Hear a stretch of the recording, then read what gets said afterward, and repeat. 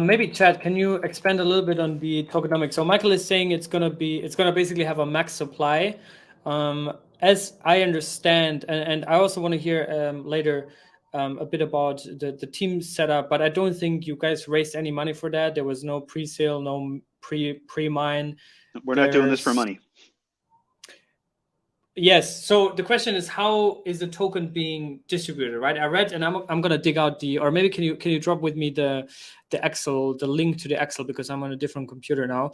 But if you can send me the link to the ARKEO distribution, and in the meantime, maybe Chad, if you can expand a little bit. I don't know if like the numbers are already like if you have finality on that, but would be cool to hear a little bit about the distribution and some incentives models around the ARKEO coin.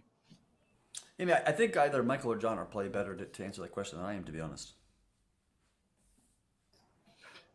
Do you have it in front of you, John? The pie graph? Good. Yeah, I just linked it there for you, Cito, if you want to pull that up. But yeah, so first to just kind of come back to that original question around, there has been no like outside funding or anything. Basically, this project was incubated by the Shapeshift DAO. So the Shapeshift DAO paid for the research into this and the development through its own treasury, and basically Fox holders voted via governance to support this project because they saw the need for it. And so it's been effectively incubated entirely by the Shapeshift DAO in terms of any economic resources and getting this going. So the distribution for the airdrop was kind of based on that. There's no, the closest thing we have to investors is the Shapeshift DAO, and that's why there's a good portion. So yeah, this right here gives you an idea of the kind of distribution pie graph at Genesis. So most of the tokens will go into the community treasury controlled by governance. 25% is reserved for that initial airdrop.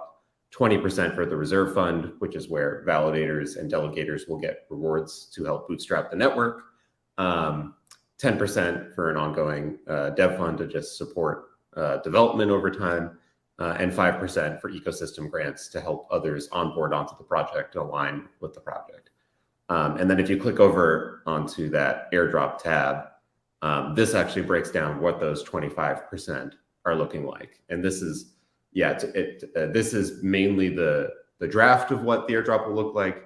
There could be some slight changes, but this is mostly approved, so there won't be significant changes to this. So, a large portion is going to Fox holders because the Shapeshift DAO is the one that incubated this project. But then it was really important to us that as we put this out there, that we actually do create a decentralized and distributed network and actually incentivize actors to come together and support this together. So that's why you have 25% going to Cosmos Zone delegators, including Cosmos, Osmosis, Juno. You have Thorchain, which is always been a project that is kind of spiritually aligned with Shapeshift, and that Shapeshift integrates directly with. And obviously we've got Chad as part of this project, but this was more just because we really appreciate Thorchain, and Thorchain runs validators and infrastructure that is actually very aligned and similar to ARKEO. So we also want them to be part of this ecosystem. So that's why we're also supporting both Thorchain and Osmosis liquidity providers, and also Cosmos and Thorchain validators in those next two sets. And then that last bucket is allocated so that we can, when we get to our kind of public testnet phase, we can reward those who help us test and build that early part of the network, and incentivize them so that they can also run validators at Genesis. So that's kind of the breakdown right there, and what the current airdrop is. Yeah, can you talk a little bit about the Fox token? I think cosmonauts are probably not familiar with it. I think there was like Fox itself was airdropped at some point, right? I think I remember like I somehow suddenly had some Fox in my wallet. Can you talk about and I think it's in ERC20, right? So can you talk a little bit about Fox, and does it mean that basically ARKEO is going to replace Fox, or how is that going to work? No, ARKEO is definitely not going to replace Fox. The Shapeshift DAO is its own project and will live on, and ARKEO will be its own separate project. So it's more like, the way to think about it is the Shapeshift DAO has incubated this project and is going to kind of give birth to ARKEO, but then ARKEO is going to live and run on its own. It will be a DAO baby. Separate. Yeah, a DAO baby is a good way to put it. It'll be an entirely separate project. But the Fox token, yes, is an ERC20. It's the main governance token of the Shapeshift DAO. And it was airdropped to, a ton of people in the ecosystem. I think at the time it was one of the largest airdrop, at least by number of addresses that were actually eligible. Over 1 million addresses were eligible. And that was basically anyone who had ever used Shapeshift in the past. It was a bunch of people across the ecosystem, other various DAOs that had inspired Shapeshift, and a number of people. And, we could spend a bunch of time going into that, but it was widely airdropped. There's quite a few holders. I think there's something like 40,000 distributed Fox holders. So it's actually one of the more widely held ERC20s. And yeah, that's the main thing about Fox. But yeah, that's the main thing to think about, is that the DAO is kind of giving birth to this. And then, yeah, Michael, if you want to add anything on to that.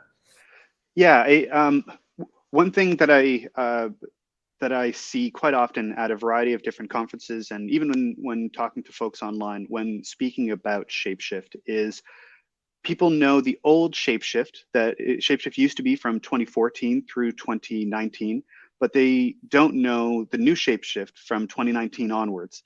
And I think it's important to understand that because it does fit into ARKEO, absolutely. While Shapeshift used to be a centralized version of Thorchain, Shapeshift transitioned to be more of a user interface.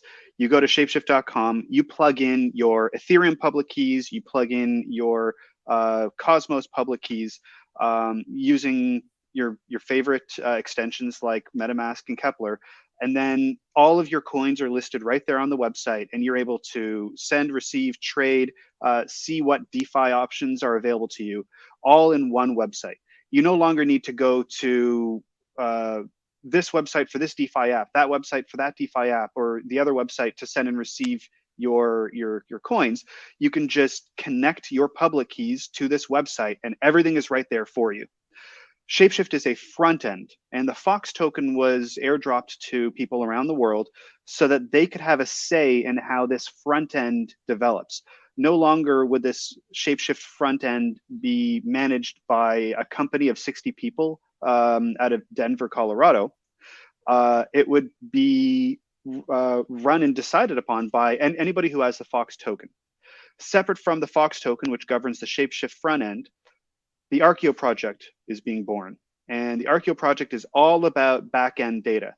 Now, a front end like Shapeshift needs to connect to a back end like ARKEO.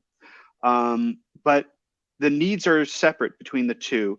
The goals, although very similarly aligned, are separate. Shapeshift wants to make the most decentralized front end so that you never need to trust a company and you always have access to deal with your coins. ARKEO wants to make the most decentralized backend possible so that anybody is able to get the data they need to either fulfill the existing interface that they're using or to even build a new interface on top of it, whatever you need the data for. I hope that explains the relationship between Shapeshift front end and ARKEO backend. Yeah, I mean, I was a user of the first part that you mentioned. I guess the centralized business. I think Shapeshift was also always integrated natively into Exodus. I think that's how I got my first interactions with it. And that's also how I Shapeshift got used to be just a simple swap. So a front end like Exodus could use Shapeshift on the back end to swap. But then Shapeshift transitioned from being a swapper to be just an interface of its own. Yeah.